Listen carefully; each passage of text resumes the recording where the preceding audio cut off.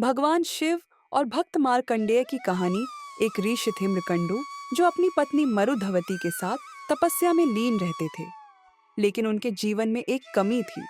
उनके कोई संतान नहीं थी।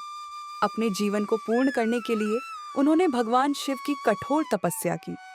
उनकी भक्ति से प्रसन्न होकर भगवान शिव प्रकट हुए और उन्हें वरदान दिया। शिव ने कहा, तुम्हें एक पुत्र प्राप्त होगा, लेकिन तुम्हारे पास दो विकल्प हैं। या तो तुम्हारा पुत्र अल्पायु होगा और अत्यंत गुणवान, या दीर्घायु होगा लेकिन साधारण व्यक्तित्व का। ऋषि मृकंडू और उनकी पत्नी ने गुणवान पुत्र को चुना।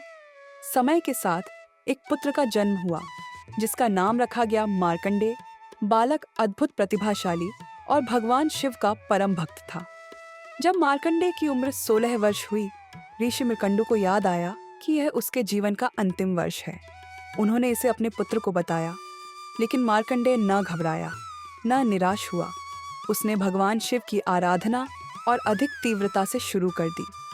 अपने अंतिम समय के दिन मार्कंडेय शिवलिंग के पास जाकर भगवान शिव की स्तुति में महामृत्युंजय मंत्र का जाप करने लगा। जैसे ही यमराज उसके प्राण लेने आए, उसने शिवलिंग को अपने दोनों हाथों से कसकर पकड़ लिया।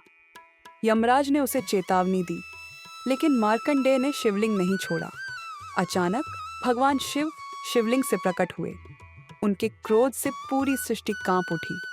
त्रिशूल हाथ में लिए भगवान शिव ने यमराज को रोकते हुए कहा, जो मेरा भक्त है और जिसने मेरा आश्रय लिया है, उसे कोई छू नहीं सकता। यमराज ने विनम्रता से भगवान शिव से क्षमा मांगी। शिव ने मार्कंडेय को अमृता का वरदान दिया और कहा, तुम सदा युवा और अमर रहोगे।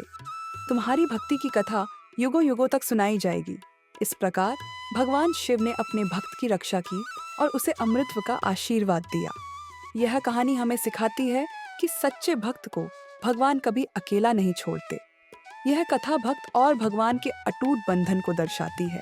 यह हमें प्रेरणा देती है कि कठिन समय में भी विश्वास और भक्ति के साथ भगवान का सहारा लिया जाए। शिव का प्रेम और उनका संरक्षण हर सच्चे भक्त को मिलता है।